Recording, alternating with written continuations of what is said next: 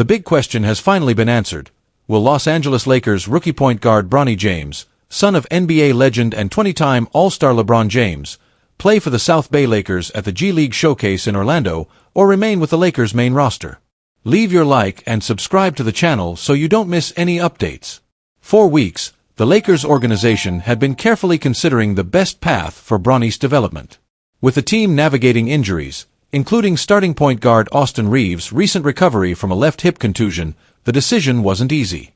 According to NBA insider Mark Stein, the Lakers had been weighing their options, waiting to see how healthy their guard rotation would look before making the call.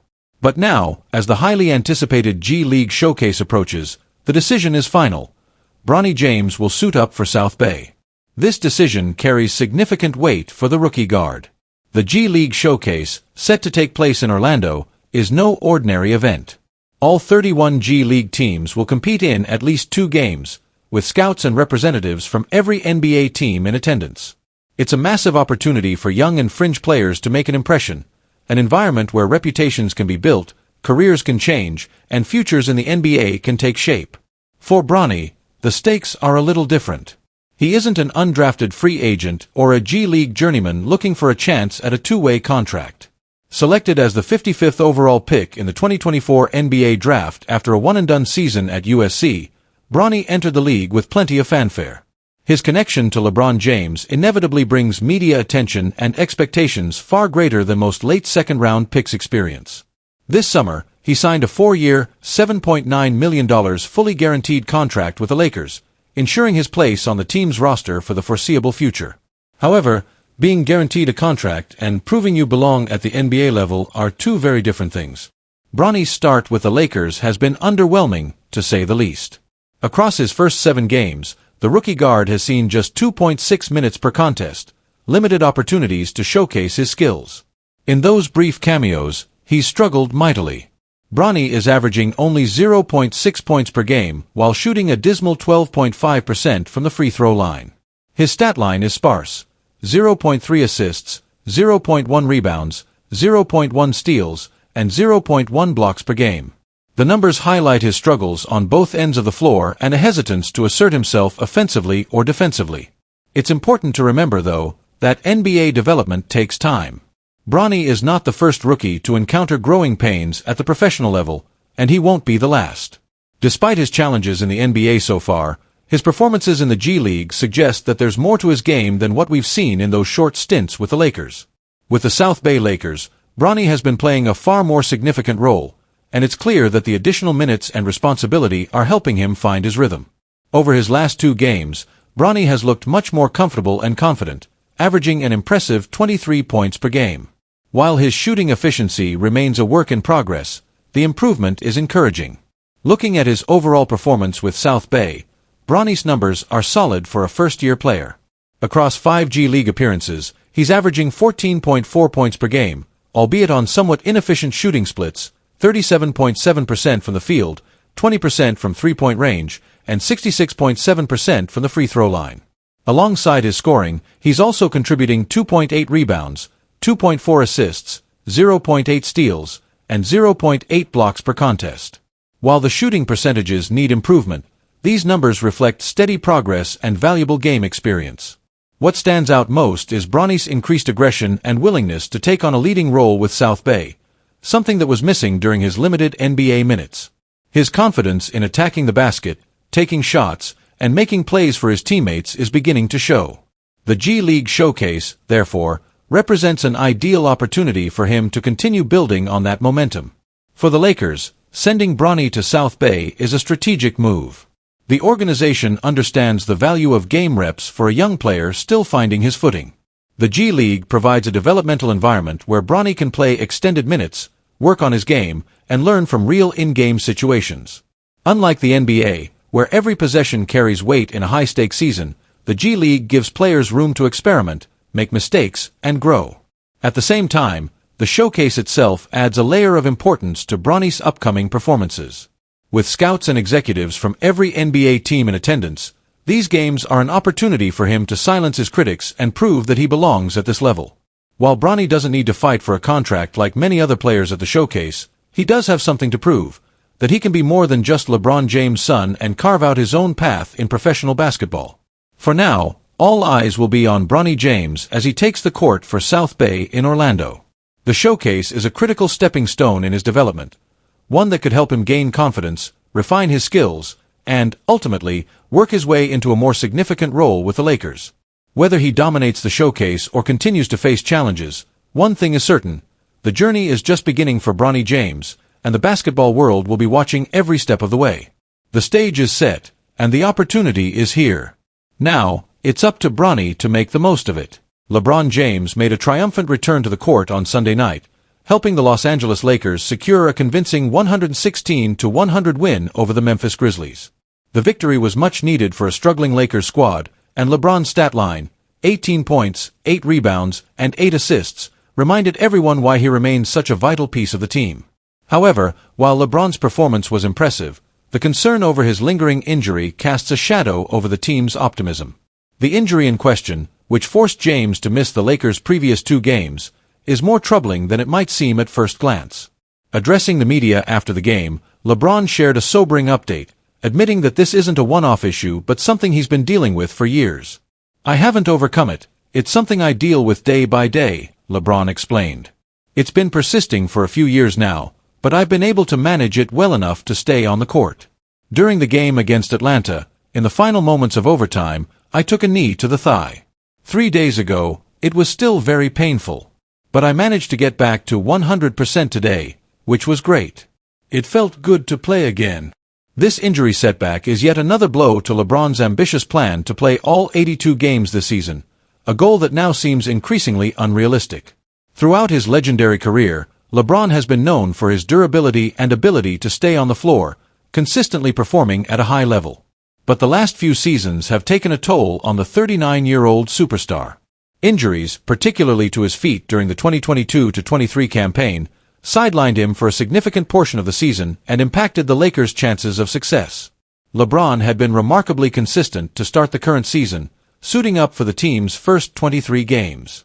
However, the thigh injury forced him to miss back-to-back matchups against the Portland Trail Blazers and the Minnesota Timberwolves. His absence was felt, as the Lakers struggled to find their rhythm without their leader on the court. LeBron's return against Memphis was a step in the right direction, but his comments about sitting out emphasized just how hard it is for him to stay on the sidelines. For someone as competitive as LeBron, missing games, even for medical reasons, doesn't come easily. "If it were up to me, I would have played," LeBron admitted. "It's tough to sit out, but I'm part of a team, and I have to trust them. They're making decisions to protect me and make sure I stay healthy for the long haul. I know they're doing what's best for me, even when I don't always want to hear it." The Lakers, meanwhile, find themselves in a precarious position. After a promising start to the season, the team has hit a rough patch and fallen in the Western Conference standings. Over their last 12 games, the Lakers have managed just 4 wins. More concerning is that 3 of those victories came against struggling teams: the San Antonio Spurs, Utah Jazz, and Portland Trail Blazers. The lone win over a competitive opponent came against the Memphis Grizzlies, who have also been plagued by injuries this season. Against stronger opponents, the Lakers' weaknesses have been on full display. Losses to teams like the Orlando Magic, Denver Nuggets, Phoenix Suns, Miami Heat, Atlanta Hawks, Oklahoma City Thunder, and Minnesota Timberwolves have highlighted their struggles on both ends of the floor. The lack of consistency, coupled with injuries to key players, has made it difficult for the Lakers to compete at the level expected of a team with championship aspirations. LeBron's health remains the centerpiece of the Lakers' season. As the team's leader and most reliable performer, his presence on the court is critical to their success. At 39 years old, James continues to defy father time, putting up numbers that rival those of players half his age. But the reality is that the Lakers cannot afford to overextend him. Balancing LeBron's playing time and ensuring his long-term health will be a constant challenge for the coaching staff and medical team as the season progresses. Looking ahead, the Lakers face a critical 2-game series against the Sacramento Kings. Both games will take place in Sacramento, and the outcome of these matchups could have significant implications for the team's confidence and positioning in the standings.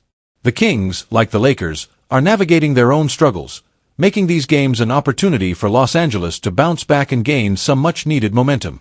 For the Lakers, The focus will be on addressing their glaring issues and finding ways to compete against top-tier opponents. The recent stretch of losses has exposed their vulnerabilities, particularly on the defensive end and in closing out games against quality teams. LeBron's presence undoubtedly improves their chances, but he can't carry the load alone. The Lakers will need consistent contributions from Anthony Davis, D'Angelo Russell, Austin Reeves, and the rest of the supporting cast to get back on track. As for LeBron, his ability to manage this nagging injury will be critical to the Lakers' success. The team's playoff hopes, and any dreams of a championship run, rest heavily on his shoulders. While LeBron has proven time and time again that he can overcome adversity, the question remains: how long can he continue to defy the limits of age and physical wear? The spotlight now shifts to Sacramento, where LeBron and the Lakers will look to turn things around. These upcoming games represent a chance to silence the doubters and show that they're still a force to be reckoned with in the West. But for that to happen, they'll need their leader healthy, focused, and ready to take on the challenges that lie ahead. One thing is certain: as long as LeBron James is on the court, the Lakers will have a fighting chance. But with his health now a daily concern, the team must tread carefully and ensure their star remains ready for the battles that matter most as the season progresses. The Los Angeles Lakers are making headlines yet again, reportedly exploring an ambitious trade move as the NBA trade deadline draws closer. Known for their aggressive front office decisions, the Lakers appear determined to add high-level talent to their roster and bolster their chances of a deep playoff run. But with the clock ticking and less than 2 months remaining to strike a deal, the pressure on Lakers general manager Rob Pelinka is greater than ever. Pelinka's dilemma is clear. Should the franchise go all in on a win-now strategy and maximize the final years of LeBron James' legendary career, or take a more cautious approach to ensure long-term stability? The current trade proposal in circulation hints at the Lakers leaning heavily toward winning now, setting the stage for a bold, potentially game-changing move. The proposed deal would send Lonzo Ball and Nikola Vucevic to the Lakers, while the Bulls would receive D'Angelo Russell, Rui Hachimura, Gabe Vincent, a protected first-round pick in 2027, and a second-round pick in 2025. If finalized, this trade could reshape the Lakers' roster in a significant way. For Lonzo Ball, the move would mark a homecoming. The talented point guard began his NBA journey in Los Angeles after being selected second overall in the 2017 draft. During his first 2 seasons with the Lakers, Ball showcased glimpses of brilliance with his elite passing, court vision, and defensive instincts. However, his career took an unexpected turn when he was sent to the New Orleans Pelicans as part of the blockbuster trade that brought Anthony Davis to the Lakers. Since then, Ball has dealt with persistent injury setbacks, particularly concerning his knees.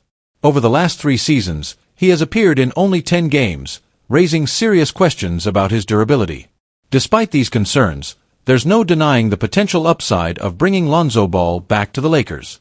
When healthy, Ball is an exceptional two-way player. His defensive ability, combined with his unselfish playmaking, makes him a natural fit alongside LeBron James and Anthony Davis. During his previous stint with the Lakers, Ball's chemistry with LeBron was evident, with his quick decision-making and willingness to facilitate allowing James to thrive offensively. If Ball can remain on the court, his presence could significantly alleviate the playmaking responsibilities that currently fall on LeBron and make the Lakers a much more balanced team. While Ball's return carries sentimental and strategic value, the addition of Nikola Vucevic could be the real prize for the Lakers. The 34-year-old center remains one of the most reliable and skilled big men in the league. Despite his age, Vucevic has shown little sign of decline, continuing to deliver consistent offensive production. So far this season, Vucevic is averaging 21.1 points per game on an efficient 58% shooting from the field while pulling down 9.6 rebounds per game. His ability to score both inside and from mid-range would give the Lakers a much-needed offensive weapon to complement Anthony Davis. Additionally, Vucevic's rebounding and size could help the Lakers shore up their front-court depth, an area where they've struggled at times. The potential fit between Vucevic and Davis is intriguing. While Davis excels defensively and is best suited as a roaming big man, Vucevic can handle the physical battles in the paint, allowing Davis to focus on what he does best. Together, they could form a front-court duo capable of dominating both ends of the floor, giving the Lakers an edge in a competitive Western Conference. For the Chicago Bulls, the trade presents an opportunity to reset their roster while gaining valuable assets for the future. By acquiring D'Angelo Russell, Rui Hachimura, and Gabe Vincent, The Bulls add 3 players who can contribute immediately while also positioning themselves for financial flexibility. Russell, a former All-Star, brings scoring and playmaking to the Bulls' backcourt.